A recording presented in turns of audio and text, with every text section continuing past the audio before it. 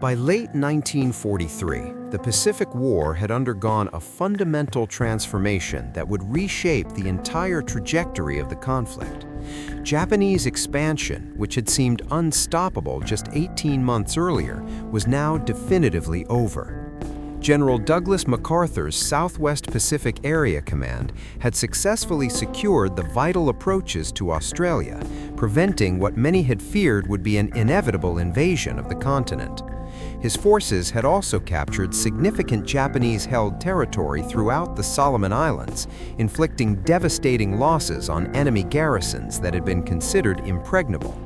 Meanwhile, the United States Navy had undergone an extraordinary metamorphosis following the critical battles of Midway and Coral Sea in 1942. Massively expanded naval forces, benefiting from America's industrial might that was now operating at full wartime capacity, no longer played the cautious cat-and-mouse game with Japanese fleets that had characterized the early war period. Instead, they shifted decisively to major sustained offensive operations, bringing overwhelming firepower to bear across vast stretches of the Pacific Ocean. The Japanese High Command, recognizing the impossible mathematics of their strategic position, reluctantly went over to the defensive and created an ambitious national defense zone that stretched across thousands of miles of the Pacific. Its outer edges anchored on what military planners called unsinkable aircraft carriers, a reference to strategically positioned island groups and atolls like the Marshall Islands, Caroline Islands, and Gilbert Islands.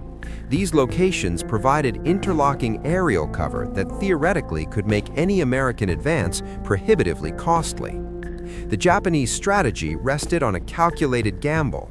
If United States forces attacked these fortified positions, the island garrisons would wear down the invaders through brutal attritional combat, opening the possibility of devastating air and naval counterattacks launched from major Japanese bases at Rabaul and Truk. These strongholds, heavily fortified and supplied, represented the backbone of Japanese defensive planning in the region. American Admirals Chester Nimitz and Ernest King, however, saw these same island groups through an entirely different strategic lens. They recognized that many of these islands contained valuable airfields and excellent anchorages that could function as stepping stones on the long road towards the Japanese home islands. This divergence in strategic thinking led to intense debates within the Joint Chiefs of Staff. General MacArthur argued strenuously against the Central Pacific approach, insisting it would divert precious resources from his South Pacific push, which he believed offered the most direct route to victory. Despite MacArthur's forceful objections and considerable political influence, the strategic debate was largely settled at the January 1943 Casablanca Conference. There, Allied leadership ordered the commencement of a Central Pacific campaign that would be commanded by Admiral Raymond Spruance, a brilliant tactician who had distinguished himself at Midway. The island-hopping strategy adopted by American planners was inherently risky and fraught with unprecedented challenges. Admiral Nimitz advocated for bypassing non-essential Japanese-held islands, a tactic that could accelerate the advance but potentially threaten American lines of communication stretching back across thousands of miles of ocean. Furthermore, capturing fortified islands meant conducting multiple amphibious invasions against meticulously prepared defensive positions, operations that military theorists widely considered among the most difficult in modern warfare. The United States Marines had developed an amphibious doctrine through years of peacetime study and exercises, particularly at their schools in Quantico, Virginia. However, by 1943, most actual combat landings had been largely unopposed or faced minimal resistance, meaning the doctrine remained largely untested under the most severe combat conditions. Personalities also complicated the planning process in ways that threatened operational effectiveness. Admiral Kelly Turner and Marine General Holland Smith commanded the amphibious landing forces, but their relationship was marked by constant debate over command structure and tactical approaches. Both men were legendary for their volcanic tempers, earning the colorful nicknames Howling Mad Smith and Terrible Turner from officers who served under them. Captain Carl Moore found himself in the unenviable position of navigating this feud between two powerful personalities. Holland Smith particularly complained bitterly about Turner, displaying a whining, complaining attitude that tested Moore's diplomatic skills. Smith would come and sit on Moore's desk and growl about Turner, expressing his frustration in increasingly colorful terms. He would claim that all he wanted to do was kill some Japanese soldiers, saying he just wanted a rifle and didn't want to be a commanding general dealing with all this administrative nonsense. Turner would come and complain about that impossible Smith, lamenting that he couldn't get any cooperation out of him, and the situation seemed headed for crisis. Moore, demonstrating considerable diplomatic skill, engineered a compromise that would prove crucial to the success of future operations. Turner would command all amphibious forces until Smith moved his headquarters ashore, at which point command would transfer to the Marine General. This system, born of necessity and compromise, lasted until the end of the war and generally functioned effectively despite the underlying tensions. Initially, Admiral Nimitz wanted to launch an invasion of the Marshall Islands, believing they represented the most strategically valuable objective in the Central Pacific. However, the massive Japanese base at Truk posed a significant threat to such an operation, with the potential to launch devastating counterattacks against exposed American forces. Instead, Spruance settled for invading the Gilbert Islands, a Japanese-occupied British possession that lay further from the major Japanese bases and therefore offered somewhat more security for the attacking forces. From September 1943, detailed planning proceeded for Operation Galvanic, which targeted islands in the Makin, Abemama, and Tarawa atolls. All of these locations had been occupied by Japanese forces in late 1941 during the heady days of Japanese expansion when victory seemed inevitable. The Japanese had mostly abandoned Abemama, considering it of minimal strategic value, leaving only 25 Marines to watch for American movements and provide early warning. However, they defended Makin's seaplane base with approximately 800 troops, recognizing its importance for maritime patrol operations. Betio, located within the Tarawa Atoll, was the most important and well-defended position in the entire Gilbert Islands chain. It housed a crucial airfield and was garrisoned by 4,850 Japanese troops, the majority of whom were crack Japanese Marines from elite units, representing some of the finest combat soldiers in the Imperial Japanese military. The island itself was extraordinarily tiny, measuring just 3.5 kilometers long and 600 meters wide, making it smaller than New York's Central Park. Its highest point rose merely 3 meters above sea level, offering virtually no natural defensive terrain features. For the defending Japanese forces, this geography prevented any possibility of maneuver warfare or defense in depth, tactics that Japanese military doctrine typically favored.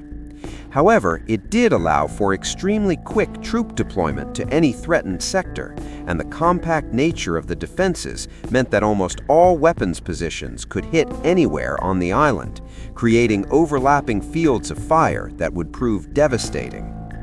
For the attacking Americans, the Japanese defenders were effectively fish in a barrel, concentrated in an area that could be saturated with naval gunfire and aerial bombardment. However, the Japanese would certainly contest every meter of the beaches with fanatical determination, and the confined space meant that American firepower always risked hitting friendly troops who would be operating in close proximity to enemy positions. After a United States raid on Makin in August 1942, which had been led by a young Marine officer named James Roosevelt, son of the president, Betio commander Rear Admiral Keiji Shibazaki had initiated construction of major defensive works that transformed the tiny island into a fortress. His engineers built approximately 500 reinforced concrete bunkers, many constructed with steel and concrete that could withstand direct hits from naval shells. Shore guns of various calibers covered every possible approach, while elaborate offshore obstacles, including barbed wire, mines, and wooden stakes, were positioned to tear apart landing craft. The southern coast received the most elaborate preparations, as Japanese planners expected the Americans might attempt landings there, but all beaches were defended with interlocking machine gun positions and pre-registered artillery targets. 14 reserve light tanks could strike anywhere on the island within minutes, providing mobile firepower to counterattack any American penetration of the defenses. Batillo might well have been, measured per square meter, the most heavily defended position on Earth at that time, and Shibazaki boasted about his preparations with supreme confidence, declaring that 1,000,000 men could not take Tarawa in 100 years. United States intelligence officers worked diligently to identify defensive works from aerial and submarine photography, piecing together a picture of Japanese preparations. Former residents of the island, mostly British colonial officials and planters who had been evacuated before the Japanese occupation, provided valuable geographic information about terrain, tides, and beach conditions. However, American aircraft made no low-level reconnaissance flights that might have revealed smaller defensive positions, missing many well-camouflaged bunkers and gun emplacements that aerial photography could not detect. Additionally, the Americans didn't have any organized diver teams available to scout underwater obstacles, a critical intelligence gap that would have devastating consequences. The 5th Amphibious Corps' 2nd Marine Division and 27th Infantry Division would conduct the attacks on Batillo and Makin beginning on November 20th, supported by the formidable Task Force 58, whose ships and carrier planes represented a concentration of naval power unprecedented in warfare. On Batillo, planner Colonel David Shoup, a tough, no-nonsense officer, selected 3 landing beaches on the northern lagoon side, judging them the most suitable for amphibious operations. Landing vehicles tracked, known universally as LVTs, would play a crucial role in the operation. These vehicles had originally been designed as logistical transports to carry supplies across water and land, but would now act as assault boats, landing Marines directly ashore rather than forcing them to wade through the water. LVTs would carry the first 3 assault waves, while shallow-hulled landing craft would transport waves 4 through 10, a plan that seemed sound based on available information. Former residents informed American planners that there should be sufficient water depth for landing craft to cross an offshore reef that surrounded the island. However, a New Zealander named Frank Holland, who had lived on Tarawa for many years and knew its waters intimately, issued a stark warning to 2nd Marine Division Commander Julian Smith. Holland warned that the invasion date might coincide with a rare ultra-low tide known as a dodging tide, which occurred unpredictably and could leave the reef completely exposed. Other advisors disagreed with Holland's assessment, believing the tides would be adequate for landing craft operations. Smith warned his officers about the possibility, but did not change the invasion date, believing that operational schedules and coordination with other forces left little flexibility for adjustments based on uncertain tidal predictions. At 5 o'clock in the morning on November 20th, United States warships, including 3 battleships, opened fire on Batillo with a thunderous 3-hour barrage that illuminated the pre-dawn darkness with continuous flashes. This bombardment was substantially shorter than the multi-day barrage that General Smith had originally requested, arguing that the fortifications required sustained pounding to be neutralized. Things immediately went wrong in ways that demonstrated the complexity of amphibious operations. When the invasion command ship, the battleship USS Maryland, fired its first full salvo, the violent vibrations from the massive guns knocked out its hastily installed communication equipment, which had been fitted just before the operation without adequate testing or shock mounting. Coordination with aircraft strikes was also poor, with Navy pilots and ship commanders often unable to communicate effectively about targeting priorities and timing. However, to the waiting Marines crowded in their landing craft, the bombardment was an impressive display that inspired considerable confidence. Fires burned from one end of Betio to the other, creating a panorama of destruction that seemed overwhelming. One Marine, Jeremiah Hanifin, couldn't help thinking as he watched the destruction unfold that he didn't see how anybody could possibly live through that level of devastation. Although United States ships succeeded in knocking out larger Japanese gun positions and command facilities, smaller bunkers and fighting positions survived largely intact. The geometry of naval gunfire meant that many shells ricocheted off the flat island, skipping over targets without exploding. Intelligence analysis conducted after the battle suggested that up to 25% of the 1,500 shells fired may have missed the tiny island entirely, sailing over it to explode harmlessly in the lagoon beyond. Japanese warrant officer Kiyoshi Ota experienced the bombardment from the receiving end, and his account conveys the terror of being under sustained naval gunfire. The bombardment was violent beyond any expression he could articulate, a frightening and horrifying experience that seemed to go on endlessly without ceasing. His position received a direct hit from a large shell, but miraculously none of the occupants were wounded. They were only buried by sand, which they quickly dug away once the explosion passed. Ota still marveled years later that so many defenders escaped with their lives during this period, when heavy shells were falling on the island like rain, creating a landscape that resembled the surface of the moon. Meanwhile, empty LVTs maneuvered to pick up men from landing craft at sea, a complex operation made more difficult by strong currents and sporadic, inaccurate Japanese counterfire from guns that had survived the bombardment. Delays in forming up the assault waves gave Admiral Shibazaki precious time to redeploy his men from the southern coast, where they had been positioned to repel the expected attack, to the northern beaches where the Americans were actually heading. United States warships continued pounding Tarawa, but the landings fell behind schedule as coordination problems multiplied. At 9 o'clock in the morning, after Marines had been waiting in their cramped landing craft for up to 5 hours, enduring heat, seasickness, and mounting anxiety, the first LVTs finally headed for the beaches in organized waves.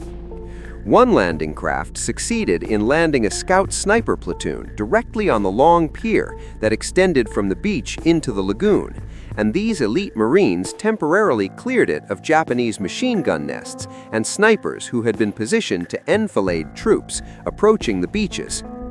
Around 450 meters from the beaches, the tracked LVTs successfully crossed the reef, surprising Japanese defenders who had expected the Americans to be stopped by the coral barrier. One Japanese soldier recorded his amazement at seeing the amphibious vehicles continue forward where conventional landing craft would have grounded. The defenders could see the American landing craft coming towards them like dozens of spiders scattering over the surface of the water. One of his comrades exclaimed in terror that the god of death had come to claim them all. Once the thinly armored LVTs entered the lagoon, Japanese defenders opened fire with everything they had, creating a storm of steel that churned the water. The defenders' fire was relatively inaccurate due to the destruction of fire control systems during the bombardment, knocking out only 8 of the 87 LVTs in the initial waves. However, the experience was absolutely unnerving for Marines who had been expecting minimal resistance based on the apparent destruction wrought by the naval bombardment.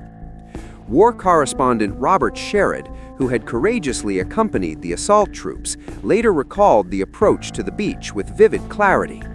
The Marines jumped into the little tractor boat and quickly settled on the deck, trying to make themselves as small as possible. One young Marine, a telephone operator barely out of his teens, said in a voice tight with fear that God help him, he was scared.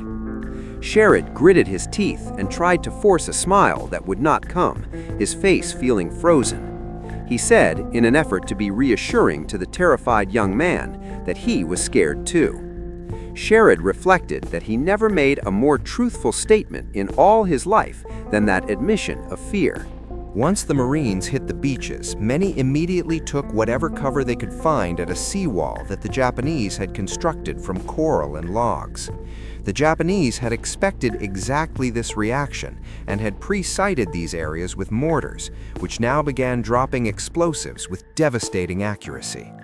This deadly fire forced the Marines over the wall, where Japanese snipers and machine gun teams, protected in reinforced positions, could pick them off methodically. Meanwhile, extraordinarily heavy fire from multiple sources, especially from a complex of bunkers later designated simply as the Pocket, and from an offshore shipwreck that the Japanese had fortified, forced LVTs off their original planned courses. Ships and aircraft eventually eliminated the shipwreck defenders in a coordinated attack, but within hours, other Japanese soldiers swam out through the debris-choked water and reoccupied these critical positions, resuming their devastating enfilade fire. Many Marines naturally grouped up around the relative cover of the pier, seeking any protection from the withering fire, but this concentration created only a very narrow beachhead that was extremely vulnerable to counterattack. Soaked radios that had been submerged during the landing, numerous officer casualties, including several battalion commanders, and recurring communication problems that plagued the operation meant that American commanders offshore had almost no situational awareness of what was actually happening on the beaches. However, the first 3 waves' casualties, while serious, were tolerable and within the bounds of what planners had expected for an opposed landing. The real catastrophe began when the 4th wave's landing craft approached the beach and made a terrible discovery that would transform the battle into a nightmare. D-Day did indeed coincide with the freak low tide that Frank Holland had warned about, and the landing craft, drawing several feet of water, simply could not pass over the exposed reef. Some troops managed to transfer to LVTs that returned from the beach, but many thousands of Marines were forced to wade distances of up to 700 meters to shore, moving through chest-deep water while weighed down with equipment and ammunition. They presented easy, slow-moving targets for Japanese defenders who could hardly believe their good fortune. Machine gunners simply traversed their weapons back and forth across the approaches, cutting down men who had no cover whatsoever. One Marine later described the horror of the approach. About 500 yards out, his landing craft rammed into the reef with a grinding crash, and everyone was ordered over the side into the water. He leaped out and immediately went into water over his head, struggling to get his footing on the uneven coral. Looking around in mounting horror, he saw knocked-out tractors burning fiercely everywhere, men falling all around him in the water, bodies and parts of bodies floating everywhere in water that had turned pink with blood. How anyone managed to reach that shore alive remained a mystery to him for the rest of his life. The Japanese systematically destroyed more LVTs on their return trips to bring in subsequent waves, forcing even more men to wade ashore through the killing zone. Casualties increased dramatically with each passing hour, and Marines began to wonder if the landing would fail entirely. A discouraging message from the Red 1 beach sector finally reached General Julian Smith aboard his command ship, and its content was devastating. The terse report stated that forces had landed but faced unusually heavy opposition, that casualties had reached 70%, and that the position couldn't hold much longer. The implication was clear. The beachhead might collapse entirely, resulting in a catastrophic defeat. By 11 o'clock in the morning, Marines had managed to create tenuous, fragile positions west of Red 1 Beach and on either side of the pier at Red 2 and Red 3 beaches. Losses were especially severe on Red 2, where the landing team commander and most of his staff had been killed in the initial waves. Colonel Shoup and Major Henry Crow managed to establish a headquarters position near the pier, operating from a shell crater that offered minimal protection while trying to coordinate the confused battle. Major Michael Ryan, commanding forces on Red 1, made the tactical decision to shift his attack towards the unused Green Beach, which appeared less heavily defended. Smith committed the reserves without hesitation, including elements of the 6th Marine Regiment that had originally been allocated to the Macon landing but were now desperately needed at Tarawa. Only when 7 Sherman medium tanks finally landed on Red 3 Beach, struggling through the water and coral, did the Americans begin making any meaningful progress inland. The tanks' firepower and armor allowed them to suppress Japanese positions that had been holding up the advance. However, by evening, approximately 5,000 Marines were still compressed into narrow beachheads extending only 200 to 300 meters inland, a precarious situation that violated every principle of amphibious operations. The major threat facing American forces as darkness fell was a large-scale Japanese night counterattack that could potentially drive the Marines back into the sea. Late on D-Day, the Marines clung desperately to their vulnerable beachhead positions, and with enemy lines so dangerously close, American supporting fire from ships and artillery risked hitting friendly troops operating just meters from Japanese positions. An organized, coordinated Japanese attack exploiting interior lines could potentially eliminate the beachheads entirely and turn Tarawa into the worst American defeat of the Pacific War. However, the Marines had unknowingly scored a crucial stroke of luck that would prove decisive. On the afternoon of D-Day, a destroyer shell from a ship providing close fire support struck Admiral Shibazaki's command bunker, killing him and most of his staff instantly before he could issue orders for a major counterattack. Without central command and communications largely destroyed, individual Japanese units remained in their positions rather than coordinating the massive night assault that might have succeeded. There was no major Japanese night attack, allowing the Marines to consolidate their positions, evacuate wounded, and bring in reinforcements and supplies. Heavy casualties continued throughout D+1 as subsequent waves of men again waded ashore under fire, though the Japanese resistance was becoming more fragmented. United States troops conducted a 3-pronged assault designed to split the Japanese defenses and prevent coordinated resistance. Japanese defenders, without effective command and control, were increasingly immobile, unable to shift forces to threatened sectors. Marines could now begin to systematically locate bunkers and reduce them using specialized tactics developed during training, employing demolitions, flamethrowers, and the close support of tanks working in coordination with infantry. Major Ryan's forces succeeded in securing Tamakan Point on the western tip of the island, creating a safe landing beach where supplies and reinforcements could come ashore without facing the murderous fire that had characterized D-Day. Other Marine units managed to cut the island in two, isolating Japanese forces and preventing mutual support between different defensive sectors. Colonel Shoup, who would later be awarded the Medal of Honor for his inspired leadership under impossible conditions, managed to radio an update to General Smith that captured both the desperation and determination of the situation. His message stated that casualties were many, that the percentage of dead was not yet known because counting was impossible amid ongoing combat, but that in terms of combat efficiency, the Americans were winning. Over the next 2 days, Marines methodically cleared Japanese forces from the west end of the island, concentrating surviving defenders in the area known as the Pocket, while other units pushed east along the narrow island. Early on D+3, United States Marines detected and destroyed a desperate Japanese banzai attack involving approximately 320 soldiers who charged American positions in a suicidal assault, believing death in battle was preferable to surrender. At the Pocket, American forces employed brutal but effective tactics to eliminate the final center of resistance. Armored bulldozers pushed massive amounts of earth and sand into bunker entrances, literally smothering defenders who were trapped inside. American troops then poured gasoline into ventilation shafts and ignited it, creating infernos that consumed everything within the reinforced concrete structures.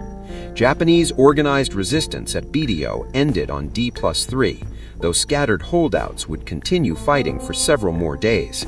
The butcher's bill for taking BDO was staggering. United States losses totaled 1,117 killed and missing, with another 2,292 wounded.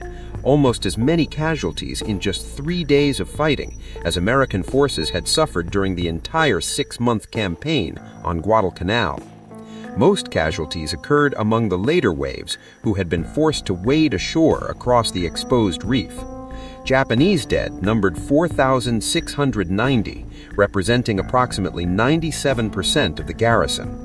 American forces captured 146 prisoners, but detailed interrogation revealed that only 17 were actually Japanese military personnel.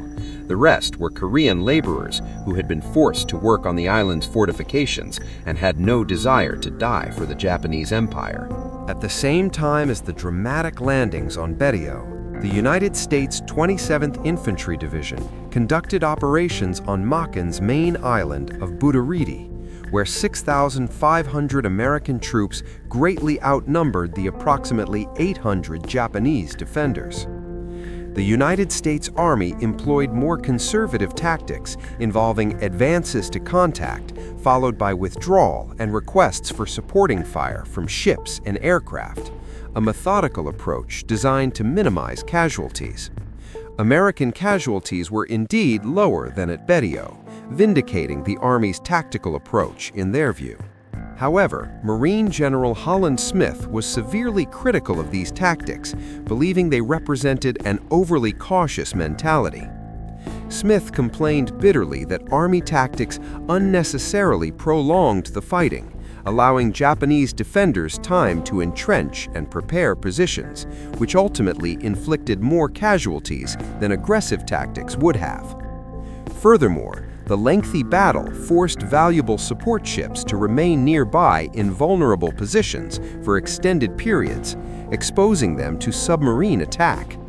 As if to prove Smith's point in the most tragic way possible, a Japanese submarine managed to torpedo the light carrier USS Liscum Bay off Makin on November 24. The torpedo struck the ship's bomb magazine, causing a catastrophic explosion that sent the carrier to the bottom within minutes, killing 687 sailors and airmen, including Rear Admiral Henry Mullenix.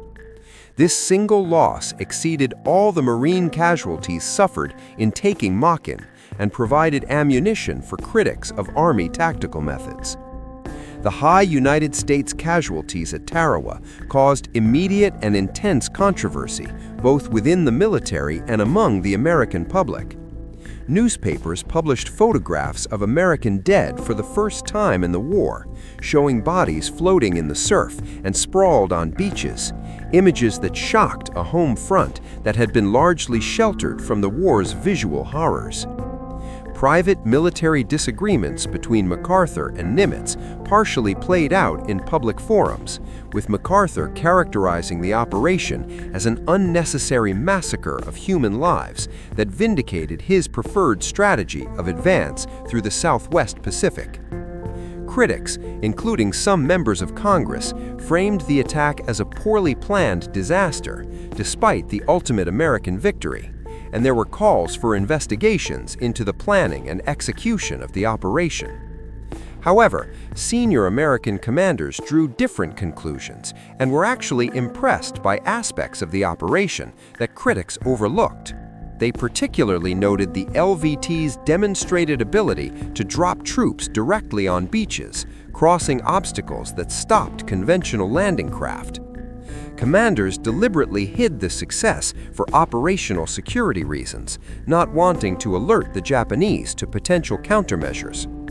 They reminded the skeptical public through carefully managed press conferences that amphibious landings are inherently among the riskiest operations in warfare, and that some level of casualties was inevitable. The military also made a calculated decision to introduce the American public to the grim realities of the Pacific War, believing that continued public support required understanding the true cost of victory. A documentary film called With the Marines at Tarawa played extensively in movie theaters across America, showing combat footage that was unprecedented in its graphic nature. The film later won an Academy Award for Best Documentary, and while it shocked audiences, it also strengthened resolve. War bond sales increased significantly following the film's release, as Americans responded to the visual evidence of their servicemen's sacrifice. However, Marine Corps recruitment dropped approximately 35% as potential enlistees gained a more realistic understanding of what combat service entailed. Military commanders immediately convened boards to identify the operation's failures and ensure they would not be repeated. The analysis identified numerous critical problems: the use of battleships as command centers, which proved vulnerable to communication disruption from their own gunfire; poor waterproofing of vital equipment like radios, which failed exposed to salt water; overladen troops in the assault waves who struggled to move through water; inadequate attention to tidal conditions and their operational impact; the complete absence of underwater reconnaissance and demolition capabilities, and serious problems with ship-to-ship transfer of troops that left assault forces exposed at sea for excessive periods, increasing their vulnerability and exhaustion. Analysts also identified fundamental failures with the naval bombardment, despite its impressive appearance. The bombardment did succeed in destroying large coastal defense guns and disrupting Japanese communications networks. However, it proved woefully insufficient against reinforced concrete bunkers and was poorly executed in several respects. Ships had attacked too regularly with heavy-caliber shells, creating enormous clouds of smoke and dust, which obscured observation and prevented accurate targeting of subsequent salvos. The bombardment also lifted too early, ending 25 minutes before the first landing wave hit the beach, which gave defenders crucial time to emerge from shelters and reoccupy fighting positions. Officers also documented poor performance by aircraft, which often attacked randomly, without coordination with ground forces or clear targeting priorities. One pilot later admitted with refreshing honesty that he was reluctant to say he was involved in the so-called air support for the landing at Tarawa because the performance was pretty sorry, acknowledging that pilots didn't really know what they were doing in terms of close air support. Tarawa was thus a very flawed American victory, purchased at tremendous cost, but the lessons learned would prove invaluable and had to be absorbed and implemented quickly. In early 1944, Central Pacific commanders were already planning to take Kwajalein and Eniwetok atolls in the Marshall Islands, intending to use them as forward bases that would eventually replace distant Pearl Harbor as the primary fleet anchorage. United States forces wasted absolutely no time implementing sweeping changes based on Tarawa's bitter lessons. American industry rapidly produced substantially more LVTs, including dramatically improved variants with factory-installed armor plating rather than improvised protection, turret-mounted guns that could provide fire support, and rear ramps that allowed faster unloading of troops. Troops would now begin attacks embarked in LVTs rather than transferring at sea, eliminating the troublesome and time-consuming ship-to-ship transfer that had caused such problems. The Navy organized specialist underwater demolition teams, trained in diving, demolitions, and reconnaissance, who would conduct detailed reconnaissance of landing beaches and clear obstacles before the main assault.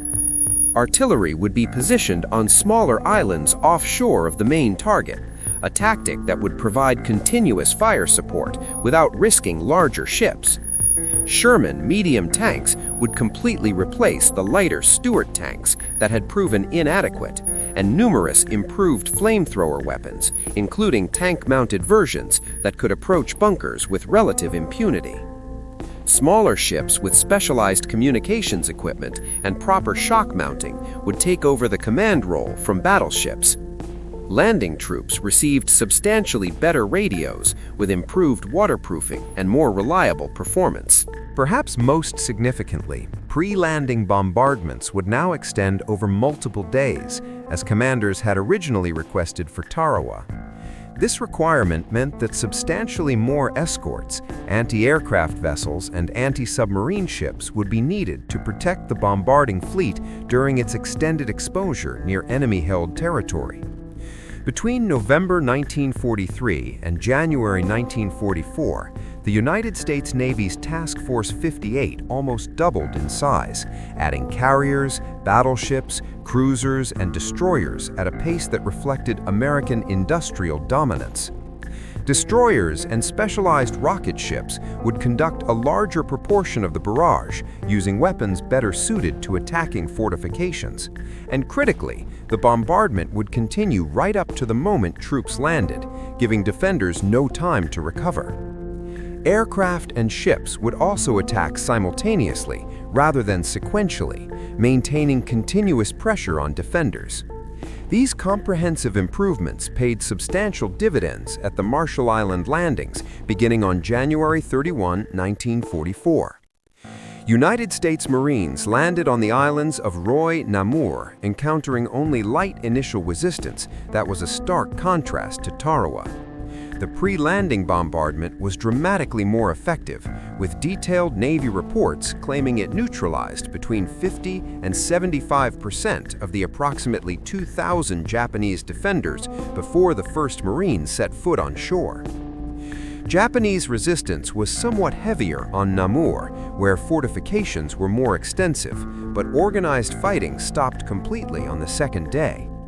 American ships shelled Kwajalein even more intensely in what became the most concentrated naval bombardment in history up to that point, with approximately 15,000 tons of explosives hitting the roughly 2,000 Japanese defenders over 72 hours.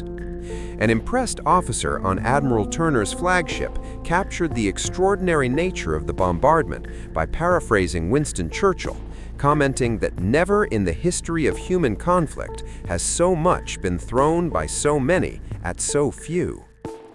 United States Army troops landed on Kwajalein's eastern side facing light resistance that had been shattered by the unprecedented bombardment.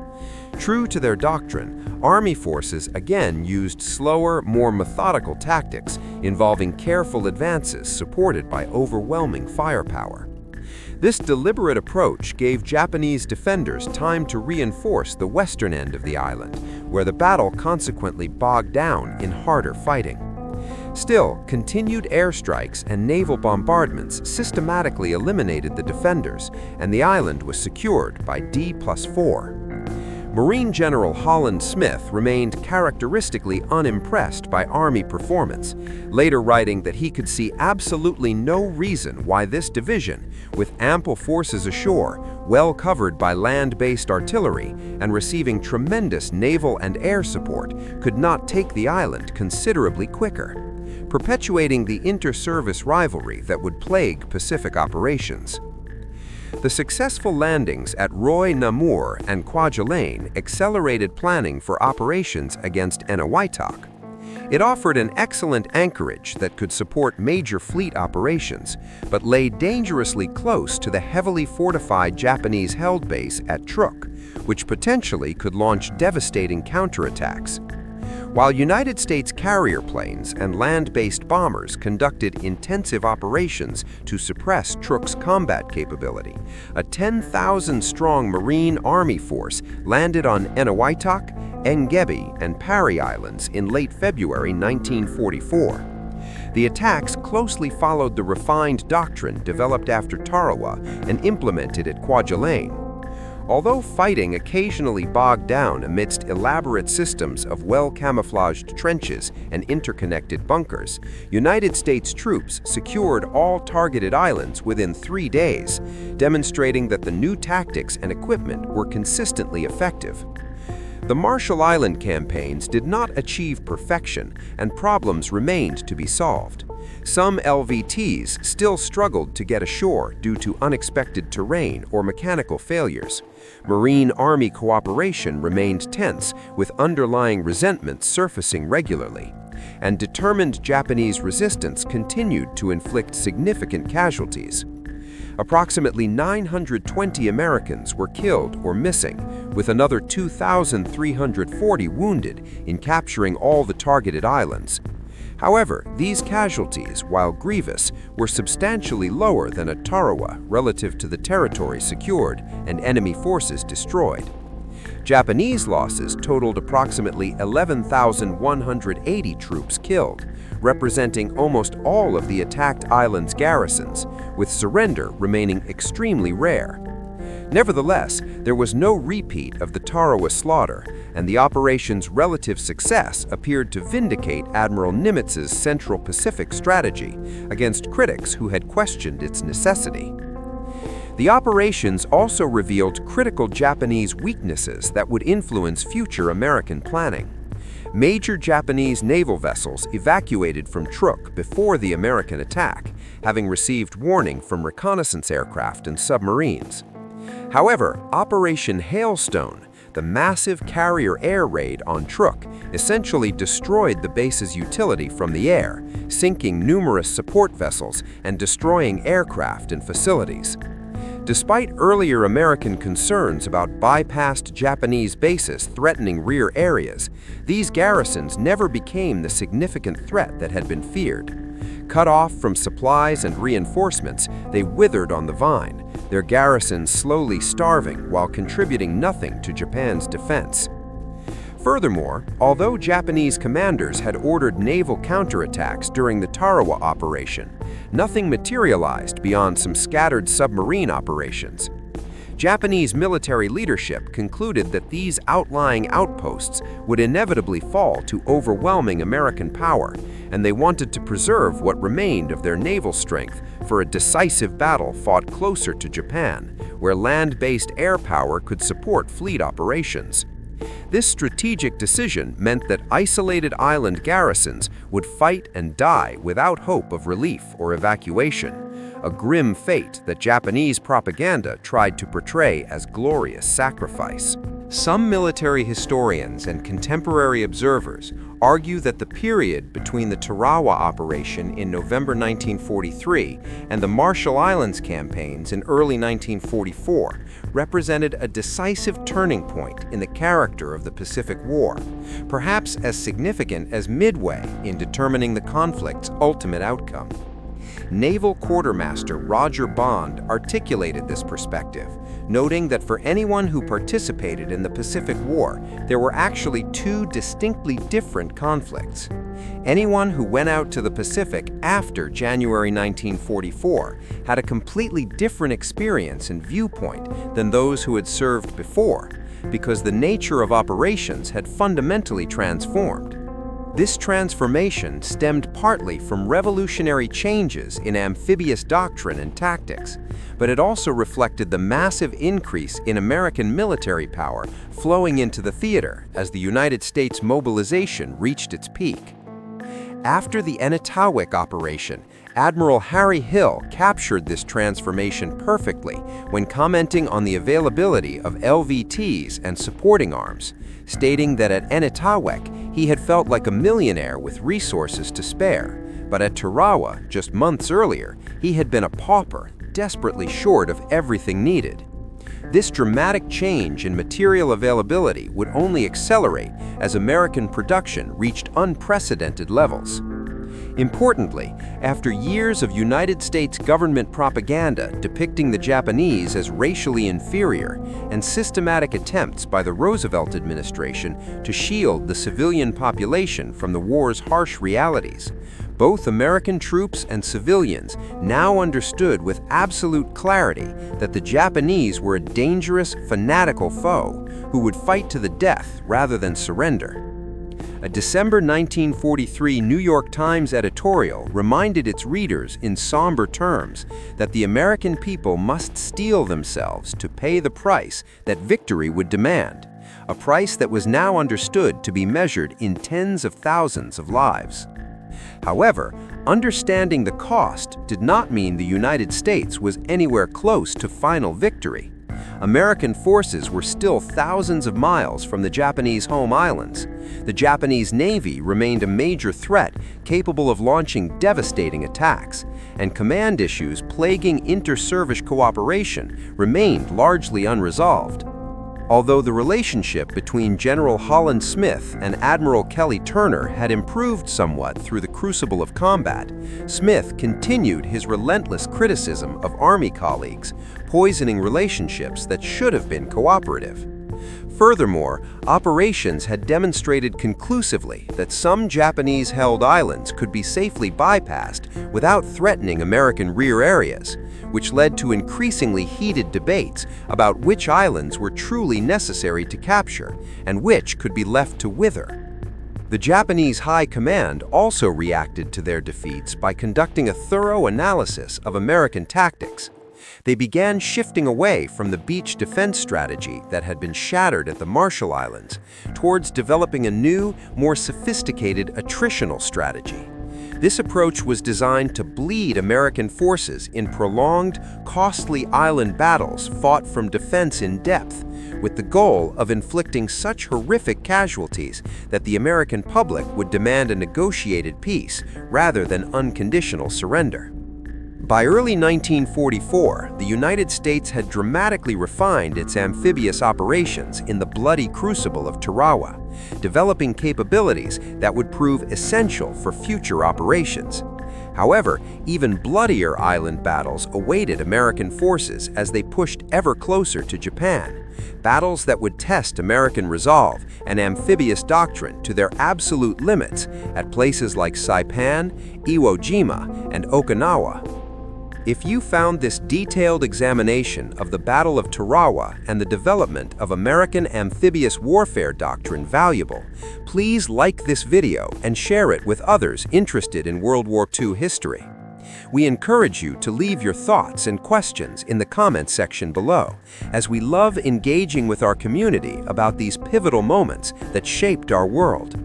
Most importantly, subscribe to our channel and enable notifications so you never miss our in-depth documentaries exploring the battles, strategies, and human experiences that defined the Second World War. Your support allows us to continue producing thoroughly researched, detailed historical content that brings these crucial events to life. Thank you for watching.